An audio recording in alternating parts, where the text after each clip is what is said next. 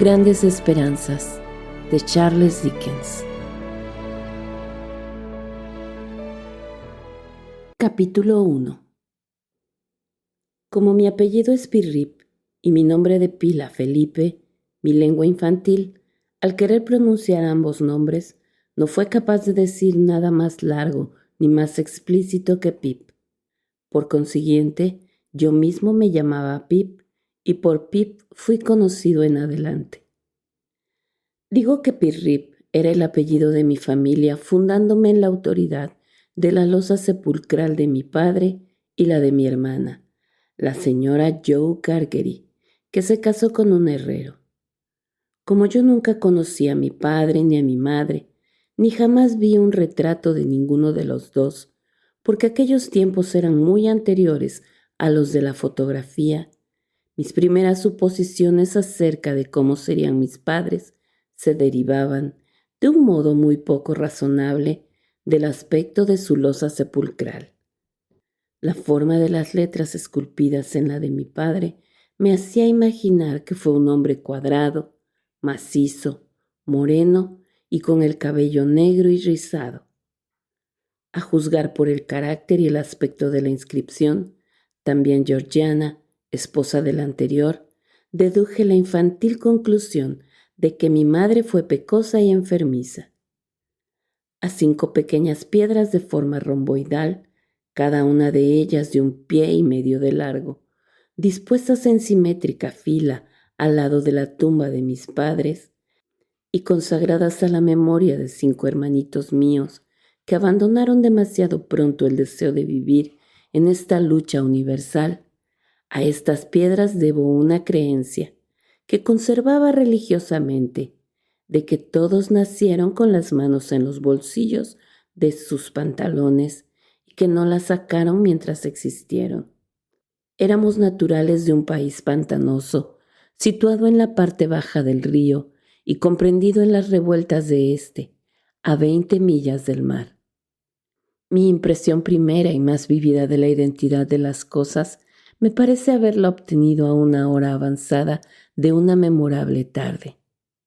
En aquella ocasión di por seguro que aquel lugar desierto y lleno de ortigas era el cementerio, que Felipe Pirrip, último que llevó tal nombre en la parroquia, y también Georgiana, esposa del anterior, estaban muertos y enterrados, que Alejandro, Bartolomé, Abraham, Tobías y Roger, niños e hijos de los antes citados, estaban también muertos y enterrados, que la oscura y plana extensión de terreno que había más allá del cementerio, en la que abundaban las represas, los terraplenes y las puertas, y en la cual se dispersaba el ganado para pacer, eran los marjales, que la línea de color plomizo que había mucho más allá era el río, que el distante y salvaje cubil del que salía soplando el viento era el mar, y que el pequeño manojo de nervios que se asustaba de todo y que empezaba a llorar era Pip.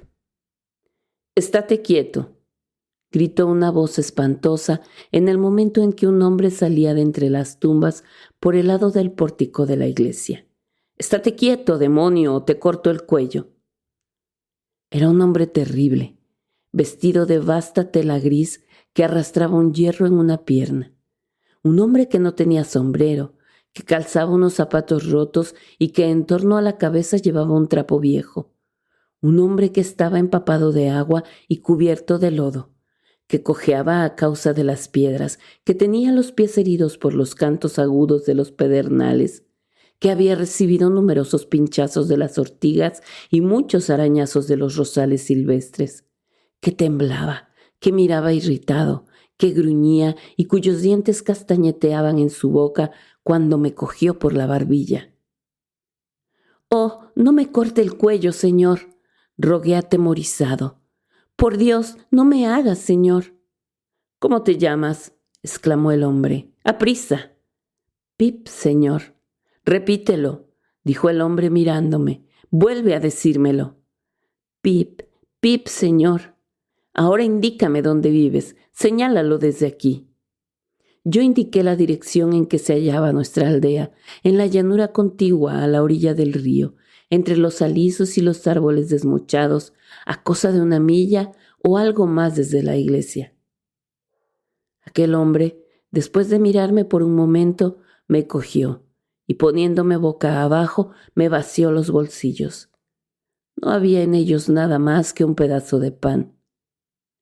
Cuando la iglesia volvió a tener su forma, porque fue aquello tan repentino y fuerte, el ponerme cabeza abajo, que a mí me pareció ver el campanario a mis pies. Cuando la iglesia volvió a tener su forma, repito, me vi sentado sobre una alta losa sepulcral, temblando de pies a cabeza, en tanto que él se comía el pedazo de pan con hambre de lobo. ¡Sinvergüenza!, exclamó aquel hombre lamiéndose los labios. Vaya unas mejillas que has echado. Creo que, en efecto, las tenía redondas, aunque en aquella época mi estatura era menor de la que correspondía a mis años y no se me podía calificar de niño robusto. Así me muera si no fuese capaz de comérmelas, dijo el hombre, moviendo la cabeza de un modo amenazador, y hasta me siento tentado de hacerlo. Yo, muy serio, le expresé mi esperanza de que no lo haría y me agarré con mayor fuerza a la losa en que me había dejado, en parte para sostenerme y también para contener el deseo de llorar. «Oye», me preguntó el hombre, «¿dónde está tu madre?» «Aquí, señor», contesté. Él se sobresaltó, corrió 2 pasos y por fin se detuvo para mirar a su espalda. «Aquí, señor», expliqué tímidamente.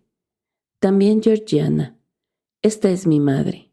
«Oh», dijo volviendo a mi lado. «¿Y tu padre está con tu madre?» «Sí, señor», contesté. Él también fue el último de su nombre en la parroquia. «Ya», murmuró reflexivo. «Ahora dime con quién vives, en el supuesto de que te dejen vivir con alguien, cosa que todavía no creo». «Con mi hermana, señor, con la señora Joe Cargery, esposa de Joe Cargery, el herrero». «El herrero, dijo mirándose la pierna. Después de contemplarla un rato y de mirarme varias veces, se acercó a la losa en que yo estaba sentado.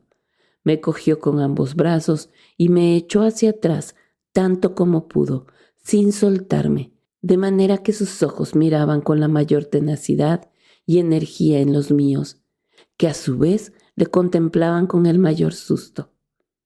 «Escúchame ahora», dijo. «Se trata de saber si te permitiré seguir viviendo. ¿Sabes lo que es una lima?» «Sí, señor». «¿Y sabes lo que es comida?» «Sí, señor». Al terminar cada pregunta, me inclinaba un poco más hacia atrás, a fin de darme a entender mi estado de indefensión y el peligro que corría. «Me traerás una lima», dijo echándose hacia atrás, «y también víveres». Y volvió a inclinarme. «Me traerás las 2 cosas», añadió repitiendo la operación. «Si no lo haces, te arrancaré el corazón y el hígado». Y para terminar me dio una nueva sacudida. Yo estaba mortalmente asustado y tan aturdido que me agarré a él con ambas manos y le dije: «Si quiere usted hacerme el favor de permitir que me ponga en pie, señor, tal vez no me sentiría enfermo y podría prestarle mayor atención».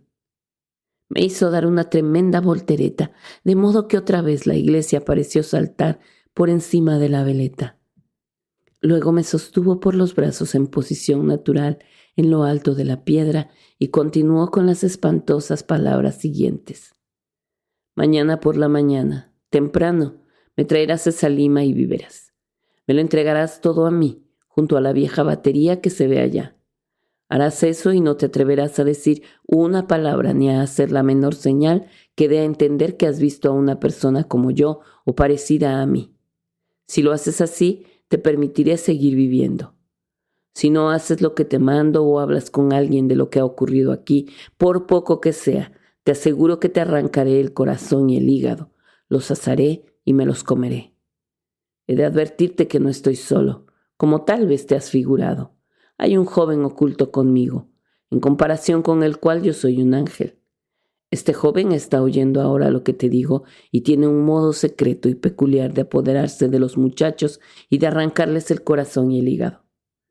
Es en vano que un muchacho trate de esconderse o de rehuir a ese joven.